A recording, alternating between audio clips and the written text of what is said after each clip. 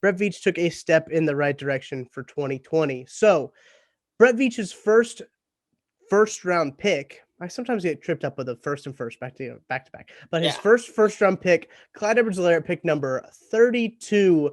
Mark, do you have him down as a stud or a dud? There's a lot of conversation around this pick.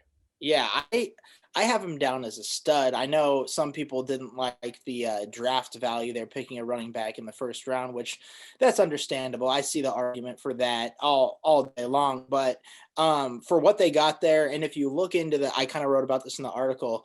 If you look into the second round, there were 5 running backs taken right there in the second round, from the start of the second round all the way towards before the first or the second Chiefs pick. So Brett Veach saw the running back that he wanted in this offense and he went for it. So that's why I don't think that it was too much of a reach there, because he wouldn't have been there at pick 63, whatever pick they had there in the second round. So for what Clyde Edwards-Helaire does, I think it's good for this Chiefs offense. And they didn't even tap into the best part of his game last year, which is the receiving part of it. So he did have close to 1,000 yards rushing. He had about 300 something yards receiving, so not a ton there.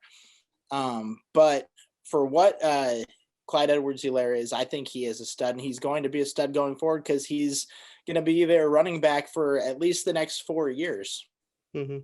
Yeah, I think that the problem with the pick has never been about the player; it's been about the value.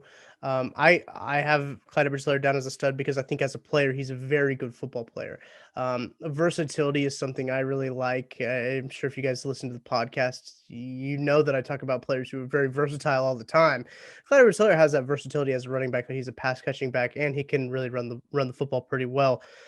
The problems about this pick is always with the value, though, of drafting a running back. But as you mentioned, you look at that board that goes before him. I think the Chiefs are pretty keen on Patrick Queen, if I can say that right. It took me a while to get that spit out, but they were pretty keen on some of the linebackers that went just before them.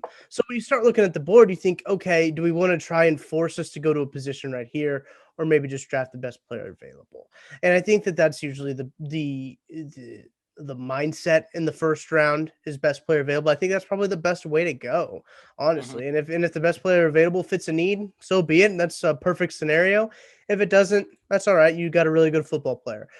Good players are going to find the field. I think Clyde Edwards-Helaire is a stud, man. I think he's going to be good. Running backs do. I bring this stat up a lot because I found it so interesting when Jordan sent me this tweet. I had no idea that running backs miss an average of 2.7 games per season. I believe Clyde missed 3 last year, so he's just on really close to that average there. So I'd like to see him kind of stay healthy, stay on the field. That would be a really nice return on investment there. We talk about that a whole lot, especially when it comes to draft picks.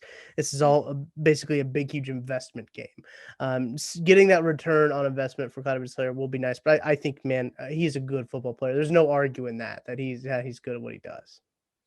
Yeah, and he's got some of that contact balance that Kareem Hunt Mhm. had when he first came out, and that's something you like to see out of your running backs. And I think he's going to look even better on the ground this year. I know they had some struggles on the short yardage situations, but adding, oh man, now that I'm talking about, I can't remember the name of the guy from the Patriots they added. Joe Tooney. Tooney, that's it. Yeah, as I started rambling, it came to me. But getting Tooney, Kyle Long, some other guys in there, assuming they're going to draft another lineman or 2 this year in the draft.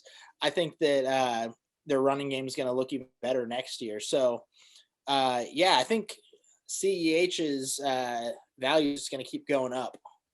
Yeah, I think so too. I think obviously improving the offensive line will help him and make the pick value look a lot better in the years to come. So round 2, pick number 63. This is the second straight season the Chiefs had pick number 63. This year is the third straight season the Chiefs had 63. I believe Frank Clark was selected at 63 as well. So the Chiefs have a lot of players on their team that were selected at pick number 63. Kind of an odd thing. I don't know why I know all that, but Willie Gay Jr., linebacker from Mississippi State. I've got him down as a stud. Athletically, he's a freak. The dude can cover. The dude can has a nose for the ball. If you watch plays last year, you can see you're like, man, this kid's going to be really good. But then also you watch plays and you say, okay, I can kind of see why he's not on the field all the time. There were some times where he got a little lost out there, but his athleticism makes up for it, honestly. So getting that year to kind of know Spagnuolo's system, know everything that's going on with the nuances, the calls, the changes, the audibles, I think it's going to be very beneficial for him. But man, I think he's a stud athletically. What do you think, Mark? I totally agree with you, Tucker. I'm giving him a stud grade here for a lot of the reasons you just said. We, as the season went along, he started to get some more playing time, and you Yeah. started seeing those traits why they drafted him there at 63. Some people were surprised that he was still there at 63. It was kind of the off the field stuff that happened that maybe made him drop. He could have been, late first round possibly if he didn't have any of those issues.